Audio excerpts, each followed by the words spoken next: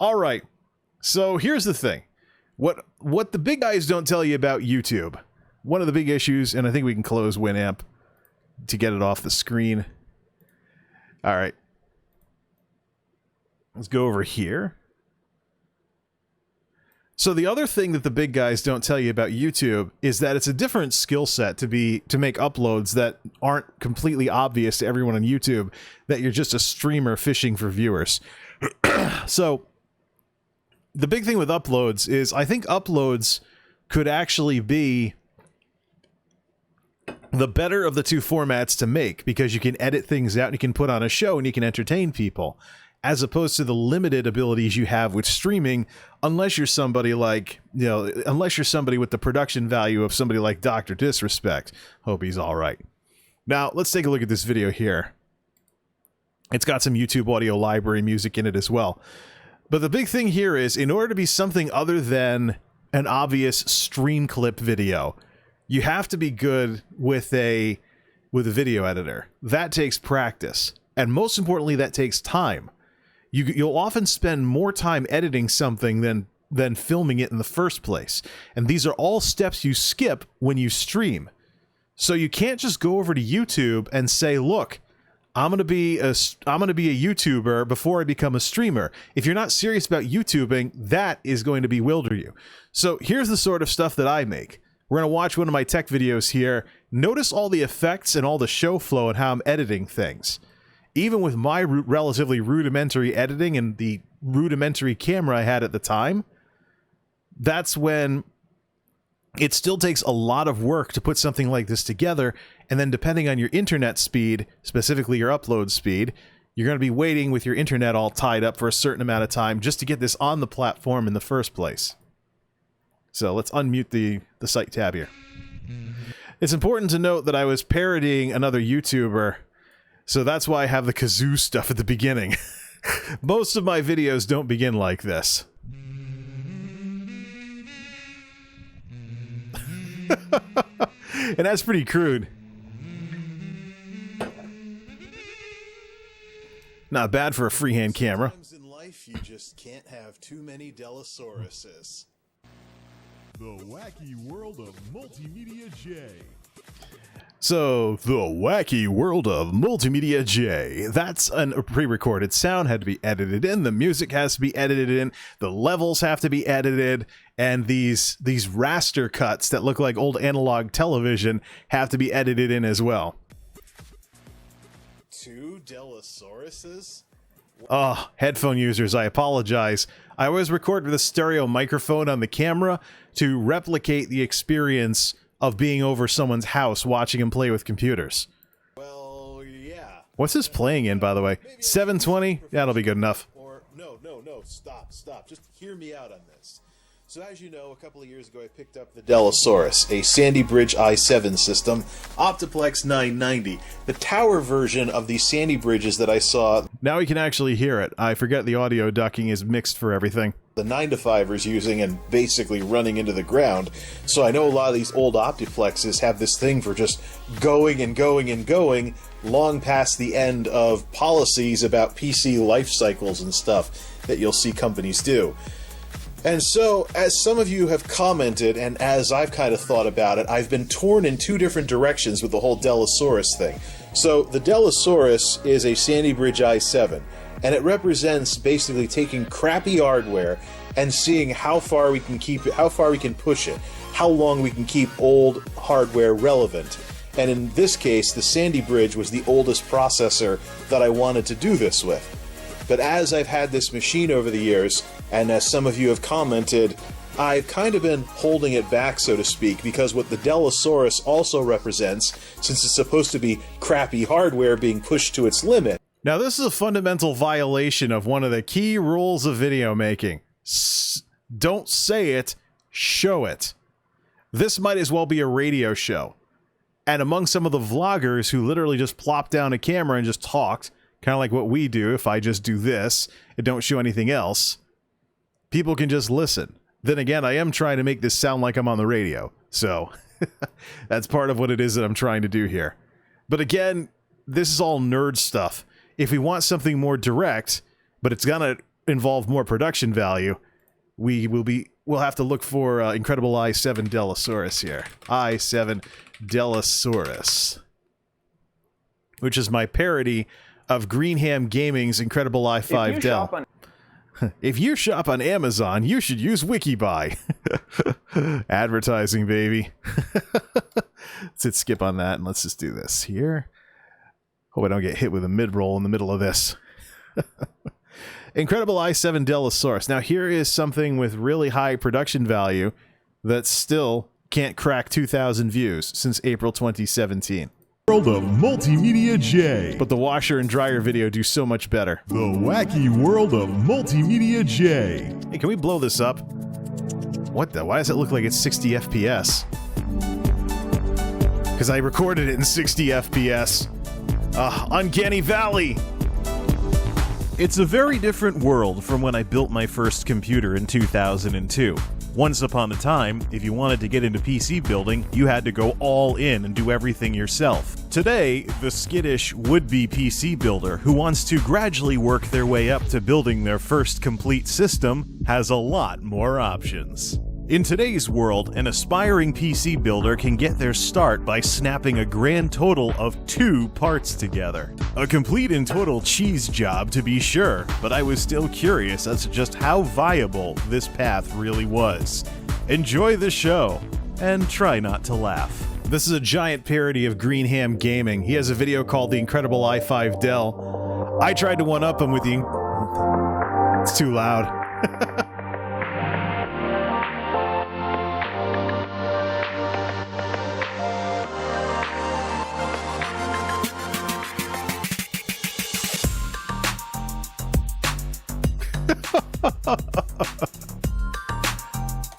This is a giant parody of Greenham Gaming's Incredible i5 Dell.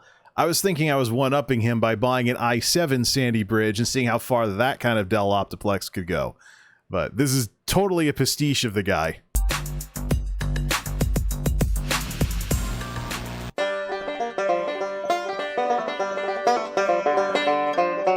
Our story begins with that classic saying, one man's trash is another man's treasure, except this time one man is a business, corporation, or even a school, and the other man, well, is me. I had known about the business refurb market for years, as well as business computers lasting way longer than corporate IT policymakers wanted them to. So this abundance of retired business computers that still had some horsepower under the hood was nothing new to me.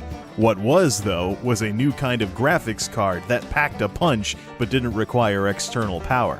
It used to be the case that low-power graphics cards would give you a picture but not much else, but when the 750 Ti started making the rounds, I was introduced to a new... So here's the difference between what you record for audio and what you're actually showing.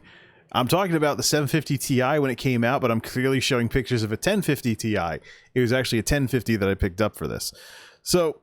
yeah, we have narration and we have benchmarks and things like that. And we even have the Dougie Wood song, very 80s sounding, that people have come to associate with things like my Unigen benchmarks and stuff like that.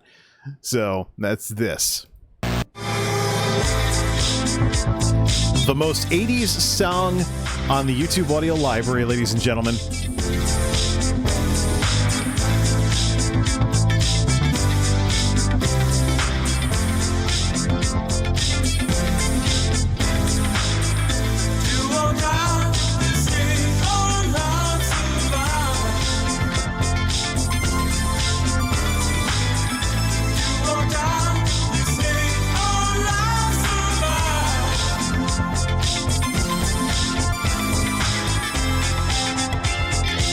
Now, I like this. I love this whole, I like this 80s sound from this 80s sounding song from the YouTube audio library paired with the Unigen benchmarks.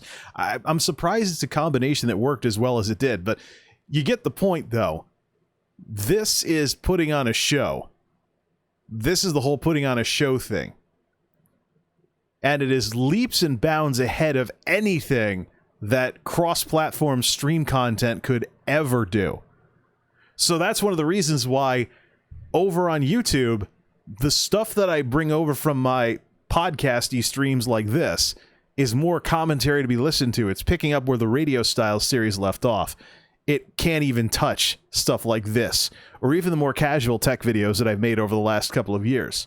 And that's the choice you have to make when you decide to become a YouTuber, is how committed am I to putting on a show and exhibiting showmanship and developing skill with the video editor, because that's what people are looking for in uploads. They're not looking for recycled stream content, as some call it. And if you want to have crossover content, you have to get very good at doing things live, to the point where it's not much of a bother to the people that they're watching essentially a recording of a live stream that you're winging on the fly instead of editing together after the fact.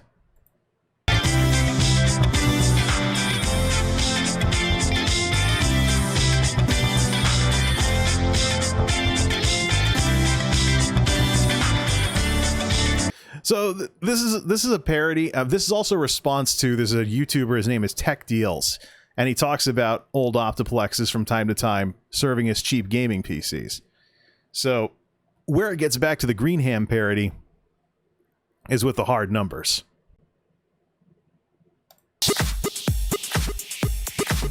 That's where I bust out the vibe tracks.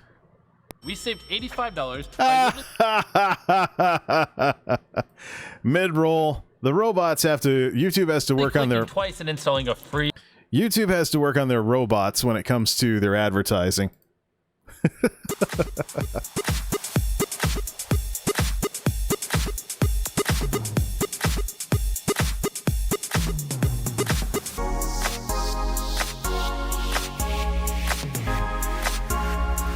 Now, here's the problem. Yeah, it's cool to see this Unigen footage and stuff like that, but there actually was somebody going around trolling the Content ID system and trying to claim Unigen footage as their own. YouTube eventually fixed that, but even Linus Tech Tips got burned with that.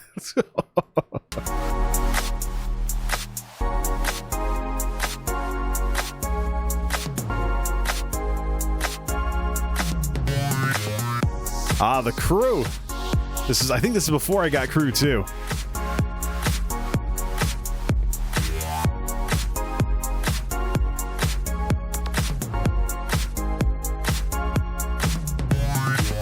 My low-level guy getting one-shotted by a troll.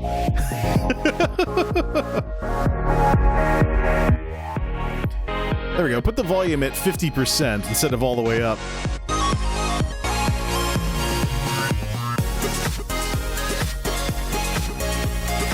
Guild Wars 2, not a very good performing game.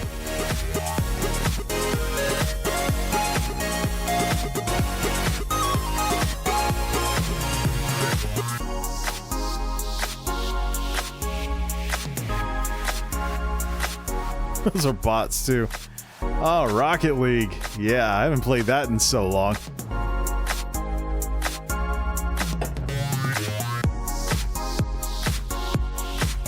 Burnout Paradise, the original version. I was super scaling a game from 2008. Not bad for 1050 Ti.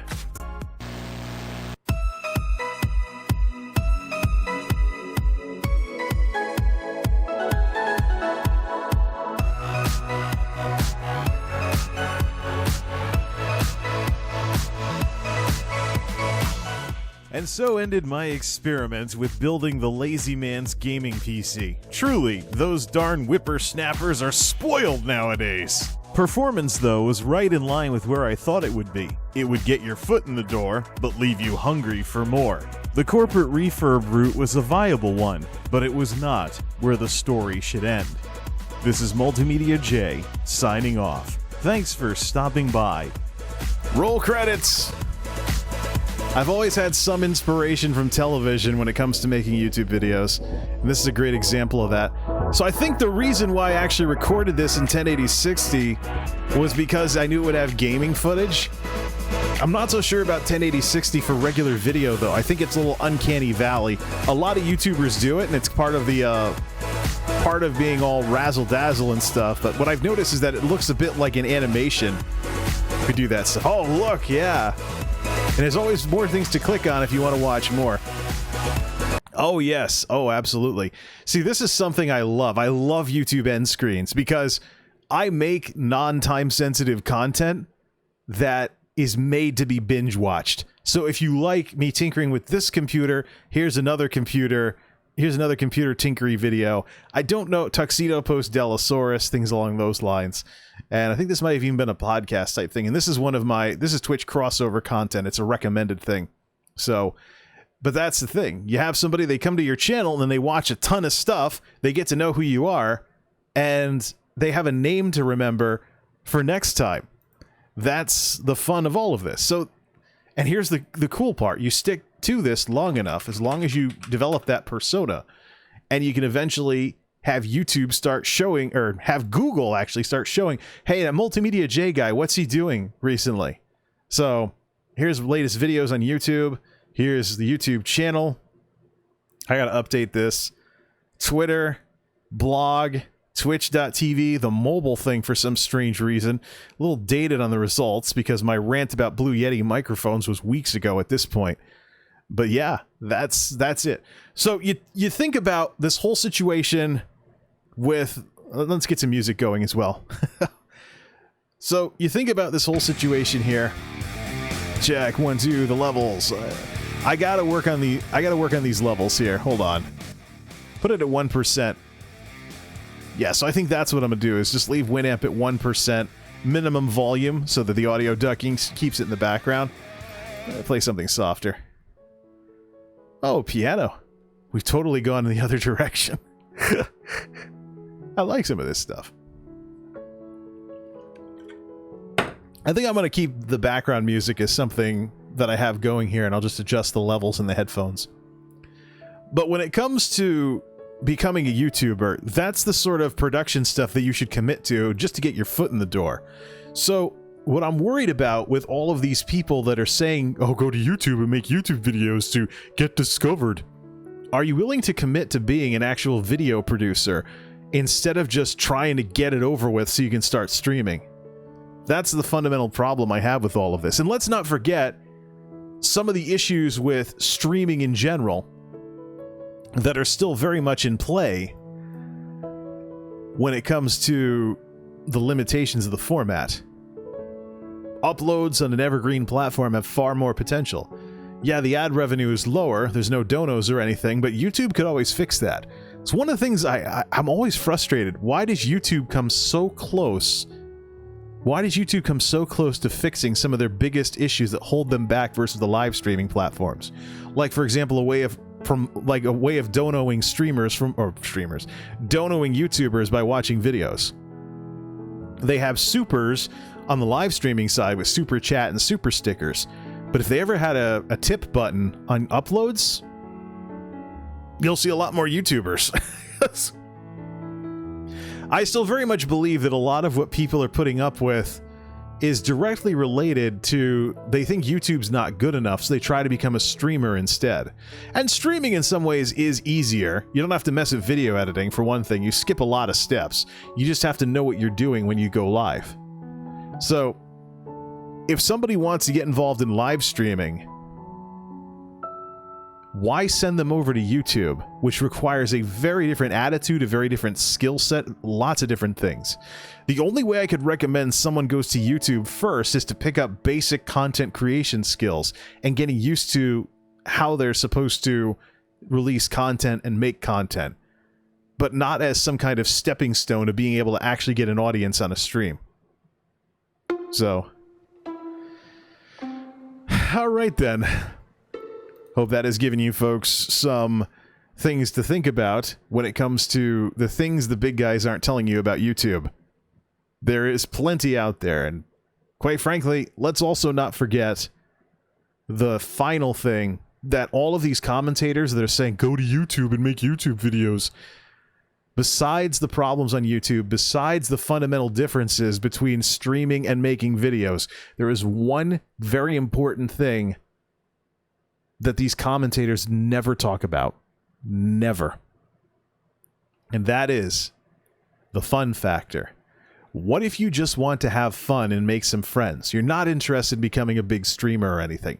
You just want to play some Call of Duty and have some people like, yeah, man, Call of Duty over the chat or something like that. Why does fun have to go out the window so much? mean, the best content is content that does well and is fun to make. But if for some reason the technology's not working, like on both of these platforms, there's plenty of ways in which it isn't, to where you're not getting discovered and you're not getting passed around and introduced to people, why not just have fun? And I'll tell you, the recreational Twitch user or the recreational YouTuber is somebody that these commentators ignore a lot. But these people are out there. You'll find them if you start up Twitch and you look for what's called a chill stream. People who aren't really going nuts with the showmanship or anything. They're just trying to play a video game, have fun, and maybe some others will stop by.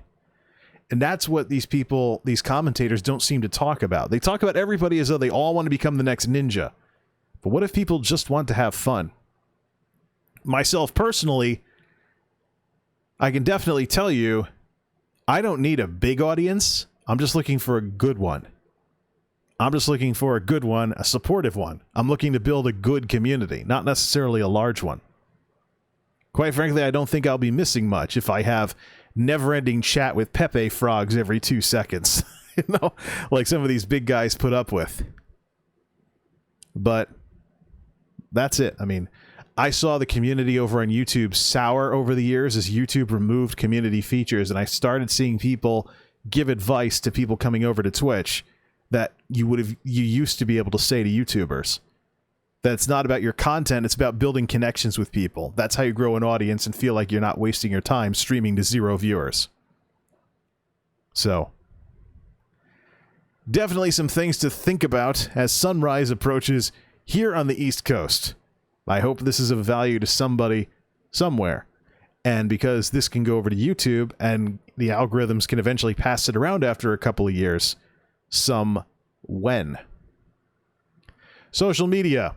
YouTube.com/MultimediaJay, Twitter.com/MultimediaJay, Twitch.tv/MultimediaJay. Till next time, this is MultimediaJay signing off. Thanks for stopping by.